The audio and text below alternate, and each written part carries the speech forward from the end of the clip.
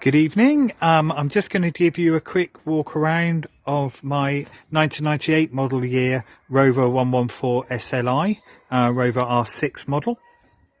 So I'm sorry about the cramped conditions, but getting it out of the driveway means moving my other car from behind the gate, so we'll have to cope.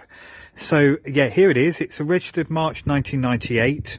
Obviously that's 3 months after Metro production ceased in December 97.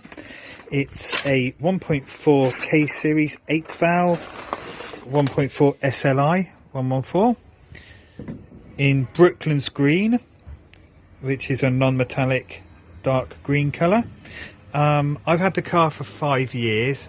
I bought it as a kind of quite a shabby little thing, really.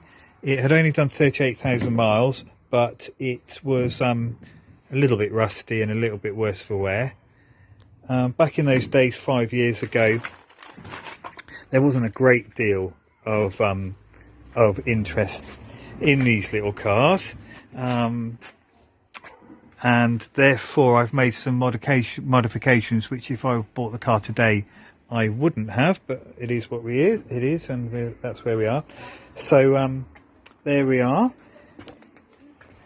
First thing we've done, it's got the GSI alloy wheels, which I believe were optional in 1.4 SLI anyway. Here we are. It's got the sunroof there is out of an A series Metro, because they're a better quality item than was in the Rover 100, which is quite nice. It was out of a 89 GS. But what it has allowed me to do here is fit the wind deflector, which pops up when you remove the sunroof panel. The wood on the dash here is standard for a 1.4 SLI of this age, but the instrument cluster is slightly different, okay, because it has a rev counter, which we fitted recently, and you can see it's got a mileage of 57,000 miles, which is correct. It had 38,000 when I bought the car 5 years ago. It's now got 57,000 on the clock. Quite interesting of these last year Metros is that they have the height adjustable headlights there, which means that this little wooden panel here is a different size than was usually fitted. So that's a slightly unusual feature of this car. The steering wheel here is a monogram wheel from an MG-ZR, which I bought new old stock from Austin Garages in Burton-on-Trent.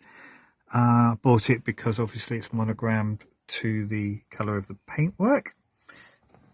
Bit of an extravagance really, but they are. And then other modification here we have is the Citroen AX centre console, which is a popular modification, but Citroen AXs themselves are becoming a bit tricky to find these days. Okay, it's got a bit weird. This is a bit of a Frankenstein. It's got the wooden door caps from a Metro GS or a Van Pla, which I've hacked about with in order to fit the window winder in, and it's got the Paisley Cashmere, the trim called there. We've got some leather door cards and electric windows to go into the car later this summer, I hope. We've got the kit ready to go. It has also got the leather upholstery from a late model R6 Metro, Rover Metro.